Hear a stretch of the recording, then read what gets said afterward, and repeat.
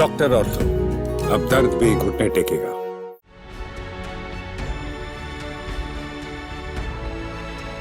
Iran Israel युद्ध के दौरान दोनों देशों का काफी नुकसान हुआ है, क्योंकि इस युद्ध में अमेरिका ने भी ईरान पर एयर स्ट्राइक की, जिसके बाद से ईरान का 400 किलो यूरेनियम गायब हो गया है। ये खुद अमेरिका के उपराष्ट्रपति जेडी वेंस ने स्वीकार किया है। आपको बता दें कि अमेरिकी उपराष्ट्रपति जेडी वेंस ने माना है कि पिछले हफ्ते ईरान की 3 परमाणु ठिकानों पर अमेरिका के हवाई हमले किए गए, जिसके बाद यूरेनियम का 400 किलोग्राम भंडार गायब हो गया है। उन्होंने ये भी माना है कि 400 किलो यूरेनियम से कम 10 परमाणु बमों का निर्माण हो सकता है। रिपोर्ट के मुताबिक ये 400 किलो यूरेनियम करीब 60% तक इनहैंस्ड है और परमाणु बम बनाने के लिए 90% इनहैंस्ड होना ज़रूरी है। दावा किया गया था कि ईरान 3 से 4 हफ्तों में 60% से 90% यूरेनियम इनहैंस्ड कर लेता, इसलिए इजराइल ने ईरान पर हमला किया था। रिपोर्ट के मुताबिक 60% तक इनहैंस्ड किया गया यूरेनियम ईरान के प्रमुख स्थलों पर रखा गया था और अब माना जाता है कि अमेरिका के हमले से पहले इसे हटा दिया गया था। हालांकि अमेरिकी उपराष्ट्रपति जेडी वेंस ने यह भी दावा किया है कि अमेरिका को यकीन है कि फोर्डो, नतांज और इस्फहान में मौजूद ईरानी परमाणु ठिकानों को या तो गंभीर क्षति पहुंची है या वे पूरी तरह से नष्ट हो चुके हैं। हालांकि उन्होंने ये भी कहा कि वो सटीक जानकारी नहीं दे सकते हैं और इसको लेकर वो पूरी तरह से निश्चित नहीं है। जेडी वेंस ने कहा कि ईरानी परमाणु ठिकानों पर अमेरिकी हमलों के बाद गायब हुए लगभग 400 किलोग्राम यूरेनियम के मामले में ईरान के साथ बातचीत की जाएगी। जेडी वेंस का यह भी कहना है कि हम आने वाले हफ्तों में ये सुनिश्चित करने के लिए काम करने जा रहे हैं कि हम उस ईंधन के साथ कुछ करें और ये उन चीज़ों में से एक है जिसके बारे में हम ईरानियों के साथ बातचीत करने जा रहे हैं। उन्होंने पुष्टि करते हुए कहा कि ऑपरेशन का मुख्य मकसद फोर्डो परमाणु सुविधा को निशाना बनाना था।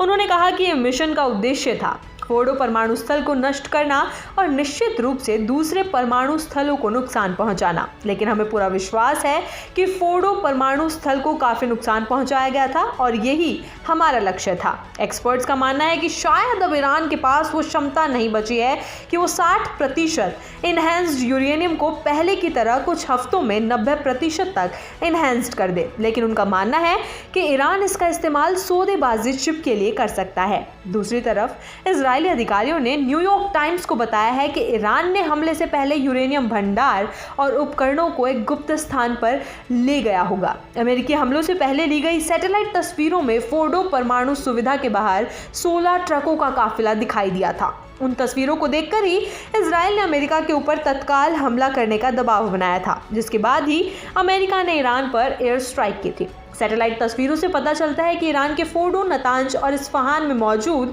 इन परमाणु ठिकानों को काफ़ी नुकसान पहुंचा है, लेकिन ये नुकसान कितना है इसकी पुष्टि होनी बाकी है। लेकिन ये 16 ट्रक कहाँ गए इसकी जानकारी किसी के पास नहीं है, जबकि अमेरिकी और इजरायली खुफिया एजेंसियों का मानना है कि यूरेनियम और प्रमुख रिसर्च सामग्री और कंपोनेंट को ईरान की प्राचीन राजधानी इस्फहान के पास एक अंडरग्राउंड बंकर में ट्रांसफर कर दिया गया है। वहीं अंतर्राष्ट्रीय परमाणु ऊर्जा एजेंसी ने बताया कि उन्होंने फोर्डो साइट की आखिरी बार जांच हमले से 1 हफ्ते पहले की थी। अंतर्राष्ट्रीय परमाणु ऊर्जा एजेंसी के प्रमुख राफेल ग्रोसी ने ईरान के सुरक्षा परिषद से अनुरोध किया है कि उन्हें फिर से फोर्डो साइट पर जांच की इजाज़त दी जाए, लेकिन कई रिपोर्ट्स में कहा गया है कि ईरान IAEA से बाहर आ सकता है और शायद ही अधिकारियों को जांच की इजाज़त दी जाए। ग्रोसी ने चेतावनी देते हुए कहा है कि जारी सैन्य कार्रवाई परमाणु वार्ता की संभावना को खत्म कर सकती है और अंतर्राष्ट्रीय सुरक्षा को खतरे में डाल सकती है। ये बेहद जरूरी है कि IAEA को तत्काल साइट का निरीक्षण करने की अनुमति दी जाए।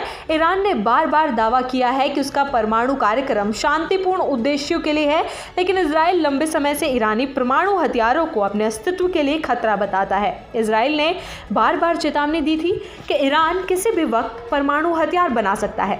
हमलों के तुरंत बाद ईरान ने नॉन प्रोलिफेरेशन प्रोलिफरेशन ट्रीटी यानी कि एनपीटी से बाहर निकलने की धमकी दी है।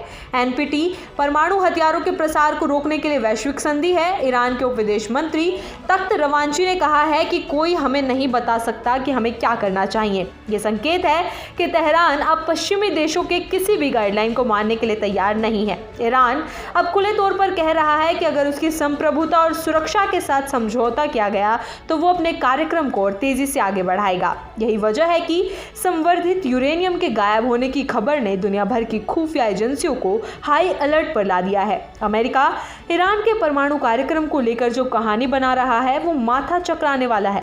अमेरिकी अधिकारी खुद बार बार बयान बदल रहे हैं। इजराइल के पहले हमले के बाद एक रिपोर्ट में कहा गया था कि अमेरिकी खुफिया एजेंसियों ने आकलन किया है कि ईरान सक्रिय रूप से परमाणु बम नहीं बना रहा और उसे अभी भी एक बम बनाने में लगभग 3 साल लगेंगे। अब सूत्रों का कहना है कि मौजूदा हमलों ने ईरान के परमाणु कार्यक्रम को सिर्फ कुछ महीनों के लिए पीछे धकेला है। अमेरिकी राष्ट्रीय खुफिया निर्देशक तुलसी गबार्ड भी डोनाल्ड ट्रंप की फटकार के बाद अपने बयान को बदल दिया है।